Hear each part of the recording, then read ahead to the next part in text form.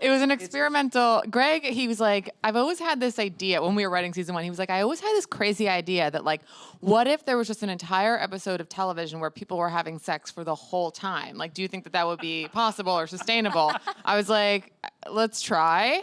And we succeed. It's not like penetration the whole time. There's a lot of, Just one close-up. But all- 7 minutes. But all Just a the VO, banging. just a VO over top of like a methodical, quiet. It's not the Gaspar Noé version of it. But yeah, no, it's like literally like, yeah, it all happens in one night. Are multiple people having sex, or is it like intercutting different couples having sex? Oh, okay. We're Yeah. all together. And I Just think- kidding. Well, it could be like a big group Yeah, sex. it's an So we do have that scene as well. Anyway, don't want to give too much away. But I think that what is interesting about the show, because it sounds just like major shock value, sex for 30 minutes, but what's cool about the show is that I don't think the sex is there just to be titillating. It's not just like a lot of film or television where there's a quick sex scene to show the audience that these people have sex and are in a relationship. Whereas in this show, the sex is telling you something about the characters. It's pushing the storyline forward. There's a lot of talking and relationship, like conflict and personal evolution for these people in the sex scenes. Because a lot of what we talk about is that sex is a huge part of a person's identity, and that when you're in these intimate situations with another person, you see a side of them that you don't see in normal life. So the sex scenes in the show have depth.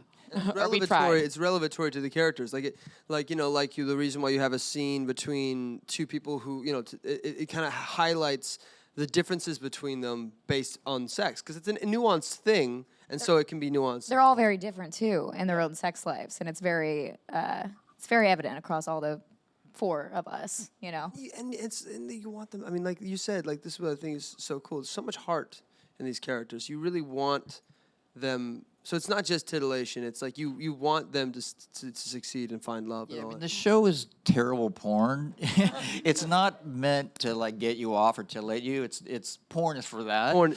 It's really, the sex scenes are really not titillating at all. They're more, and the example I always give. It's the I'll show's be the judge of that, I The show's think. very sexy. Saying I was titillated, but I was definitely like, whoa. Yeah, no, the show's very sexy and very.